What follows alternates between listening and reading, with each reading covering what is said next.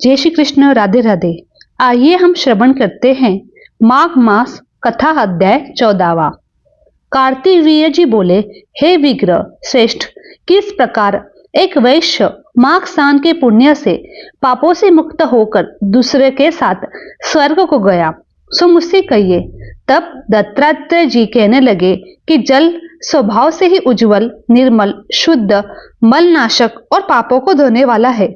जल सब प्राणियों का पोषण करने वाला है, ऐसा वेदों ने कहा है। मकर के सूर्य माघ मास के में गो के पैर डूबने योग्य जल से भी स्नान करने से मनुष्य स्वर्ग को प्राप्त होता है। ऐसा वेदों में कहा गया है कि मकर के सूर्य माघ मास में गो के पैर डूबने योग्य जल से भी स्नान करने से मनुष्य स्वर्ग को प्राप्त होता है। यदि सारा मास स्नान करने से अशक्त हो तो 3 दिन ही स्नान करने से पापों का नाश होता है। जो व्यक्ति थोड़ा ही दान करे वह भी धनी और दीर्घायु होता है। 5 दिन स्नान करने से चंद्रमा के सदृश शोभायमान होता है। इसीलिए अपना शुभ चाहने वाले को माघ से बाहर स्नान करना चाहिए। अब माघ में स्नान करने वालों के नियम कहता हूँ। अधिक भोजन का उपयोग नहीं करना चाहिए। भूमि पर सोना चाहिए। भगवान की त्रिकाल पूजा करनी चाहिए। ईंधन, वस्त्र, कंबल, जूता, कुमकुम, घृत, तेल, कपास, रुई, वस्त्र तथा अन्य का दान करना चाहिए। दूसरे की अग्नि न तपे। ब्राह्मणों को भोजन कराए और उनको दक्षिणा दे तथा एकादशी के नियम से माघ स्नान का उद्यापन करे। भगवान से प्रार्थना करे, हे देव, इस स्नान को मुझको फल दीजिए। मौन रहकर मंत्र का उच्चार करे, भगवान का स्मरण करे। जो मनुष्य श्री गंगा जी में माघ में स्नान करते हैं वे 4000 युग तक स्वर्ग से नहीं गिरते।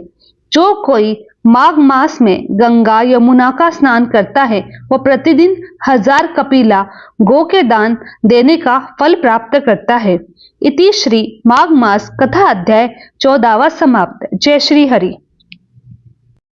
आइए अब जानते हैं माघ मास की मौनी अमावस्या को क्या दान करना चाहिए और इसका धार्मिक महत्व क्या है। जय श्री कृष्ण, राधे राधे। हिंदू धर्म में मौनी अमावस्या को मोक्ष प्राप्ति, आत्मशुद्धि और पितरों की शांति के लिए विशेष दिन माना जाता है। इस दिन ध्यान, मौन, स्नान का विशेष महत्व है। हर साल माघ मास के कृष्ण पक्ष की अमावस्या के दिन मौनी अमावस्या मनाई जाती है। तो चलिए सबसे पहले जानते हैं इस साल मौनी अमावस्या कब पड़ रही है और इस दिन क्या है आध्यात्मिक महत्व और मौनी का शब्द अर्थ क्या है। मौन रहना और अध्यात्म में मौन रहने का विशेष महत्व और लाभ बताया गया है। मौन रहना एक आध्यात्मिक साधना की तरह है। मौनी अमावस्या में भी मौन रहने की सलाह दी जाती है। इस दिन मौन व्रत धारण करने से आत्मा की शुद्धि होती है और मन शांत होता है। मौन रहकर व्यक्ति ध्यान और आध्यात्मिकता की ओर अग्रसर हो जाता है। मौनी अमावस्या ध्यान, योग और साधना के लिए सबसे उत्तम माना जाता है। माना जाता है कि इस दिन ध्यान और भक्ति से भगवान विष्णु और शिव जी की कृपा प्राप्त होती है। इसके अलावा मौनी अमावस्या पितरों को प्रसन्न करने और उनकी आत्मा की शांति के लिए भी अर्पित है। इस दिन तर्पण, पिंडदान और अन्नदान से पितरों की कृपा प्राप्त होती है।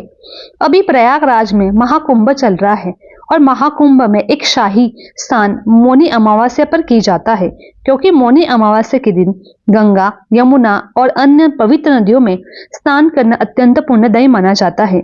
मान्यता है कि इस दिन स्नान करने से पापों का नाश होता है। विशेषकर प्रयागराज के संगम में स्नान का महत्व कई गुना बढ़ जाता है।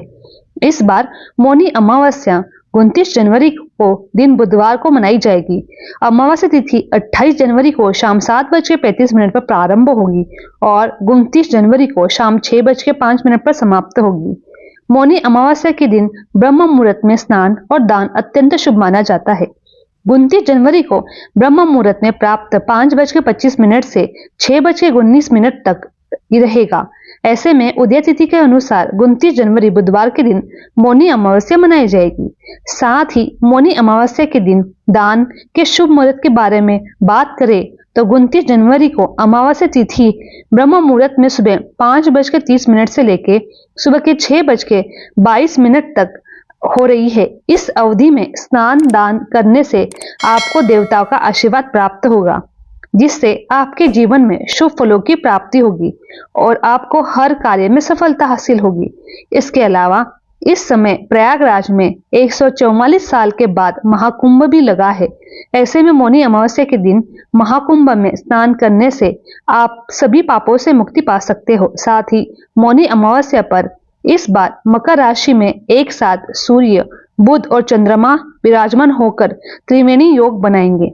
इसी के साथ इन सभी पर गुरु की नवम दृष्टि भी रहने वाली है और शुक्र का मीन राशि में होने से माल्यव्य राजयोग भी बन रहा है। इसके अलावा पितरों और भगवान श्री हरि विष्णु और माता लक्ष्मी के साथ अन्य देवी देवताओं को प्रसन्न करने के लिए शास्त्रों में कुछ विशेष उपाय भी बताए गए हैं। अर्थात कुछ ऐसी चीजों का वर्णन किया गया है जिन चीजों का भोग और आप मौनी अमावस्या पर भगवान श्री हरि विष्णु जी का श्रद्धा पूर्वक विधि विधान से लगा सकते हैं और उन्हीं चीजों का सेवन प्रसाद के रूप में कर सकते हैं, तो आपको भगवान श्री हरि विष्णु की असीम कृपा प्राप्त होगी, जिससे आपके जीवन में सुख के परिणाम दिखने मिलेंगे। साथ ही आपके रुके हुए कार्य भगवान श्री हरि विष्णु की कृपा से बिना किसी बाधा के पूर्ण हो जाते हैं और आपको हर एक कार्य में सफलता हासिल होती है।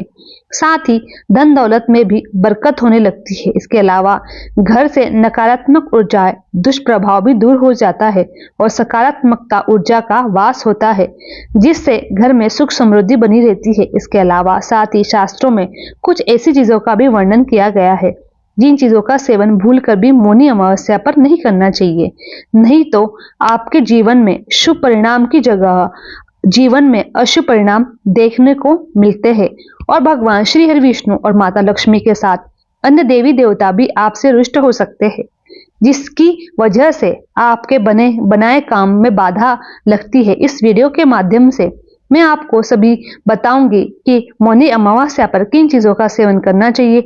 इसके अलावा मौनी अमावस्या पर किन चीजों का सेवन बिल्कुल नहीं करना चाहिए।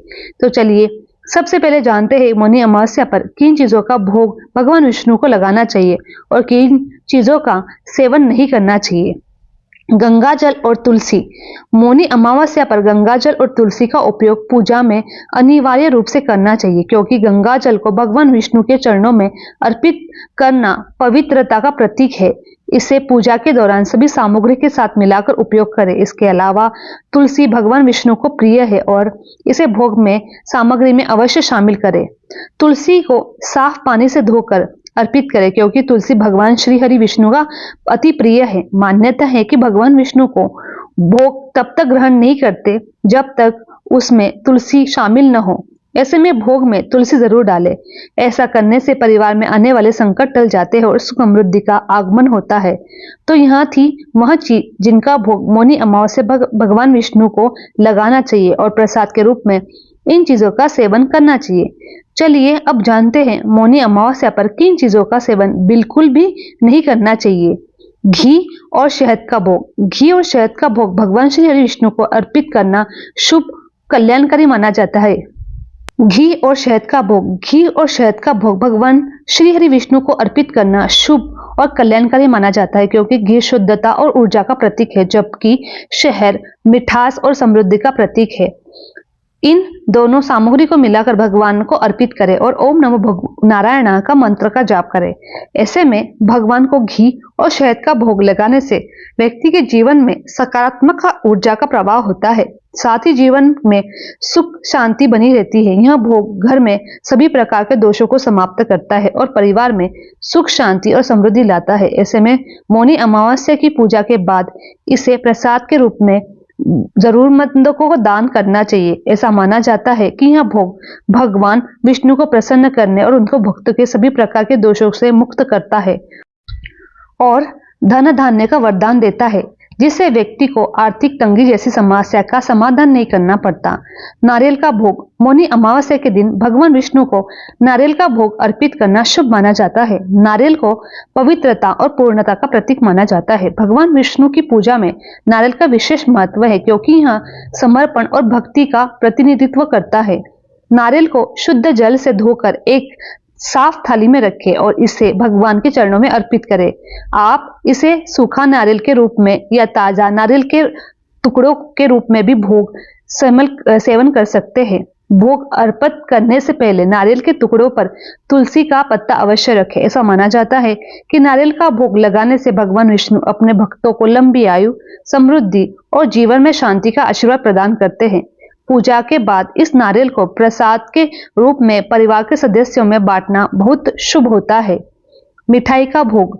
भगवान विष्णु को मिठाई का भोग लगाना शुभ और फलदायी माना जाता है। मौनी अमावस्या के दिन मोहन भोग, बेसन के लड्डू या मावा की मिठाई जैसे सात्विक व्यंजन अर्पित किए जाते हैं। मोहन भोग जो कि घी, सूजी, चीनी से तैयार किया जाता है, भगवान विष्णु का प्रिय मानने जाने वाला भोग में से एक है। मिठाई तैयार करने के बाद इसे शुद्धता अथवा स्वच्छ थाली में रखें और तुलसी पत्र साथ भगवान को अर्पित करें। भोग अर्पित करते समय भगवान विष्णु के मंत्रों का जाप करें, जैसे ओम नमो भगवते वासुदेवाय। मिठाई का भोग भगवान को प्रसाद के रूप में अर्पित करें और भक्तों की सभी मनोकामनाएं भगवान श्री विष्णु अवश्य पूरी करते हैं। इस दिन मिठाई का प्रसाद घर में सभी सदस्यों को बांटना शुभ माना जाता है। यह न केवल धार्मिक दृष्टिकोण से महत्वपूर्ण रखता है, बल्कि परिवार में सौंदर्य और प्रेम का प्रतीक है। मिठाई अर्पित करने से घर में सुख, समृद्धि, शांति का आगमन होता है। खीर का भोग। खीर का भगवान विष्णु को अत्यंत प्रिय मानी जाती है। इसे मौनी अमावस्या के दिन भोग के रूप में अर्पित करना शुभ होता है। खीर चावल, दूध और चीनी से बनाई जाती है, जिसे कभी कभी सूखे मेवे और केसर से सजाया जाता है। खीर का महत्व इसलिए भी अधिक है क्योंकि यह सात्विक भोजन है, जिसमें किसी भी प्रकार का तामसिक तत्व नहीं होता है। खीर बनाने के लिए सबसे पहले शुद्ध देसी घी में थोड़ा सा चावल भून ले, फिर उसमें दूध में पकाए। पकने के बाद उसमें चीनी, केसर, सूखे मेवे डालें। खीर को तुलसी पत्र से सजाकर भगवान विष्णु को अर्पित करें। भोग लगाने से पहले खीर को साफ पात्र में रखें और पूरी श्रद्धा के साथ मंत्रों का जाप करते हुए भगवान विष्णु को खीर का भोग लगाए। भगवान विष्णु को खीर चढ़ाने से भक्त की इच्छा पूर्ति होती है और घर में सुख समृद्धि आती है। माखन और मिश्री का भोग। भगवान विष्णु को माखन और मिश्री का भोग अर्पित करना विशेष रूप से माना जाता है। माखन और मिश्री भगवान विष्णु को अत्यंत प्रिय है क्योंकि यह भोग सादगी और शुद्धता का प्रतीक है। माखन गाय के दूध से तैयार किया गया होता है। इसे और भी अधिक पवित्र माना जाता है। इसे तुलसी के पत्ते के साथ भगवान के चरणों में अर्पित करें। पूजा के दौरान भगवान विष्णु के मंत्रों का जाप करें और उनके समक्ष अपनी भक्ति प्रकट करें। ऐसा माना जाता है कि माखन और मिश्री का भोग अर्पित करने से भगवान विष्णु अपने भक्तों पर शीघ्र कृपा करते हैं और उन्हें सुख, शांति, समृद्धि का आशीर्वाद देते हैं। माखन और मिश्री का प्रसाद ग्रहण करने से न केवल आध्यात्मिक ऊर्जा का संचार होता है, बल्कि यह शरीर को भी ताजगी और शीतलता प्रदान करता है। हलवे का भोग। मौनी अमावस्या पर भगवान विष्णु को हलवे का भोग अर्पित करना अत्यंत शुभ माना जाता है। हलवा एक सात्विक पवित्र व्यंजन है जिसे भगवान के प्रति अपनी भक्ति प्रकट करने के लिए तैयार किया जाता है। इसे मुख्य रूप से सूजी, चीनी, दूध से बनाया जाता है। कुछ लोग इसे बेसन या आटे से बनाते हैं। हलवे को तैयार करने के बाद तुलसी का पत्ता डालकर भगवान विष्णु को अर्पित करें। इसे विशेष थाली में सजाकर भगवान के चरणों में रखें और भोग अर्पित करते समय मंत्रों का जाप करें। ऐसा माना जाता है कि हलवे का भोग लगाने से भगवान विष्णु शीघ्र ही प्रसन्न होते हैं और भक्तों को सुख, समृद्धि का आशीर्वाद देते हैं। हलवे को प्रसाद के रूप में ग्रहण करना अत्यंत पुण्यकारी होता है। यह न केवल एक सात्विक है, बल्कि इसे ग्रहण करने से ऊर्जा और सकारात्मक का संचार होता है। पान का भोग। मौनी अमावस्या पर भगवान विष्णु को पान चढ़ाना शुभ माना जाता है।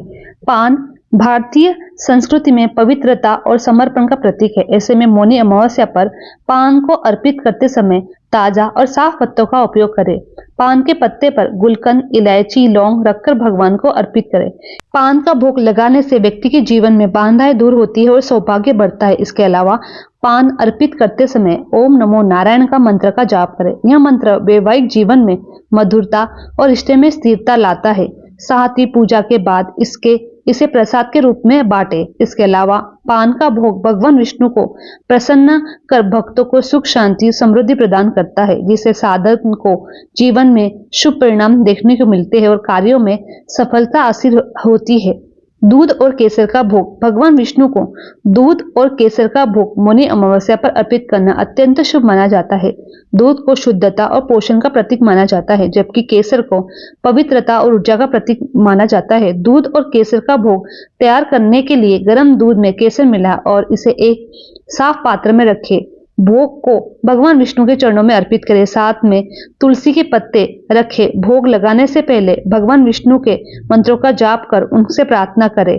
ऐसा माना जाता है कि दूध और केसर का भोग लगाने से भगवान विष्णु शीघ्र ही प्रसन्न होते हैं। उन्हें आशीर्वाद, जीवन में सुख समृद्धि का आशीर्वाद हर कोई को देते हैं। यह भोग शारीरिक और मानसिक शुद्धता को बढ़ाता है।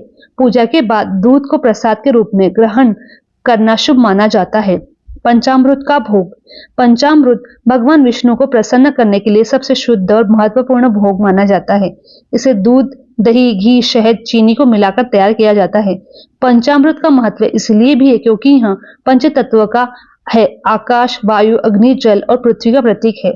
इसे बनाने के लिए सभी सामग्री को शुद्ध पात्र में मिलाएं और भगवान विष्णु को अर्पित करें। पंचामृत का भोग लगाते समय भगवान विष्णु के मंत्रों का जाप करें। इसे प्रसाद के रूप में ग्रहण करना बहुत शुभ माना जाता है, क्योंकि यह शारीरिक पंचामृत का भोग लगाते समय भगवान विष्णु का मंत्रों का जाप करें। इसे प्रसाद के रूप में ग्रहण करना बहुत शुभ होता है। फलों का भोग। मौनी अमावस्या पर भगवान विष्णु को ताजे शुद्ध फलों का भोग अर्पित करना शुभ माना जाता है। फल सात्विक और शुद्धता का आहार का प्रतीक है, जो भगवान को अत्यंत प्रिय है। केले, सेब, अमरूद, अंगूर, नारियल जैसे फलों का उपयोग भोग में किया जाता है। इन फलों को धोकर साफ रखकर भगवान के चरणों में इन्हें रखें और रखते समय तुलसी का पत्रा अवश्य रखें, क्योंकि यह भगवान विष्णु की आराधना में माना जाता है। फलों का भोग लगाने से उद्देश्य यह है कि भगवान को प्राप्त प्राकृतिक वरदान का आभार व्यक्त किया जाता है। फलों के भोग से भगवान विष्णु प्रसन्न होते हैं, अपने भक्तों को स्वस्थ, दीर्घायु, वृद्धि का आशीर्वाद प्रदान करते हैं। फलों का प्रसाद ग्रहण करने से शरीर को ऊर्जा मिलती है और मन शांत रहता है। चलिए अब जानते हैं मौनी अमावस्या के दिन किन चीजों का सेवन नहीं करना चाहिए। बैंगन का सेवन। मौनी अमावस्या के दिन बैंगन का सेवन वर्जित माना गया है। धार्मिक दृष्टिकोण से बैंगन अशुद्ध सब्जी की श्रेणी में रखा जाता है। इसे व्रत और पूजा पाठ के दौरान खाने की परंपरा नहीं है। शास्त्रों के अनुसार बैंगन एक हल्की सब्जी है, लेकिन इसे तामसिक गुणों वाला माना जाता है, जो व्रत साधना के उद्देश्य में विपरीत है। इस दिन शारीरिक और मानसिक शुद्धि का विशेष महत्व होता है। इस दिन मौनी अमावस्या के दिन लहसुन, प्याज इनका भी तामसिक चीजों का सेवन न करें। मदिरा पान, धूम्रपान जैसे चीजों से बचे और मांस, मछली इन सब चीजों को न खाएं। ये थी मौनी अमावस्या के बारे में कुछ महत्वपूर्ण जानकारी। मेरी ये वीडियो आप लोगों को अच्छी लगी तो मेरे चैनल को लाइक, शेयर और सब्सक्राइब करना ना भूलें। आप सभी